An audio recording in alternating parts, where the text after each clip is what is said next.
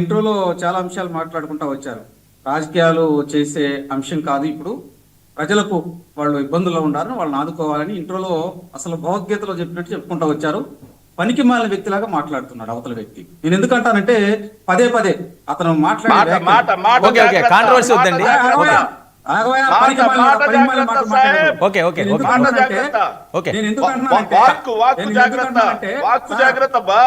ఏమంత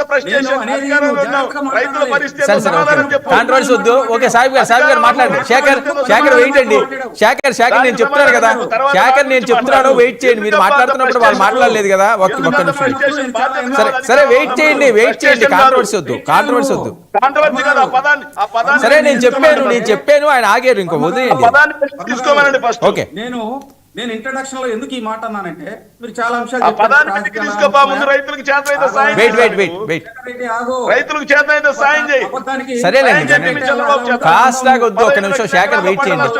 నీ వ్యాఖ్యల వల్ల నీ పార్టీకి నష్టం గుర్తుపెట్టుకో. జనం ఎవరికి నష్టం అందరికీ తెలుసు. సరే అండి, ఓకే వెయిట్. విషయాలు మనం మాట్లాడుకున్నాం.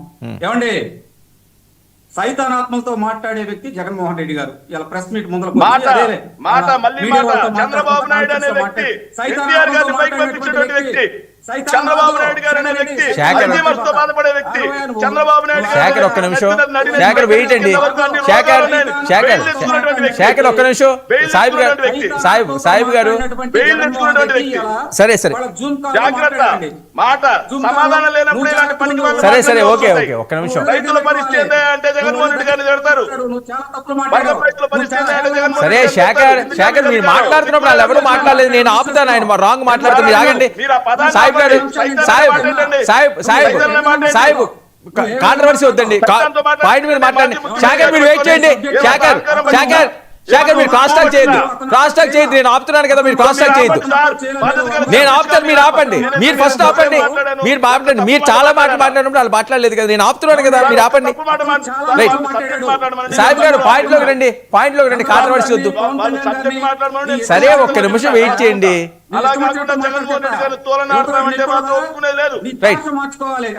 చంద్రబాబు నాయుడు గారిని తిట్టించడమే లక్ష్యంగా వచ్చినట్టున్నారు. చంద్రబాబు నాయుడు ఒక్క నిమిషం శేఖర్ వెయిట్ చేయండి. మీరు క్రాస్ టాక్ వద్దండి. ఎంతసేపు ఫస్ట్ మీకే ఇచ్చాను. ఒక్క నిమిషం వెయిట్ చేయండి. నేను ఇస్తానని చెప్తాను కదా సాహిబ్ గారు. నేను చెప్తున్నాను మీరు వెయిట్ చేయండి. సాహిబ్ గారు పాయింట్లోకి రండి. కాంట్రవర్సీ వద్దు.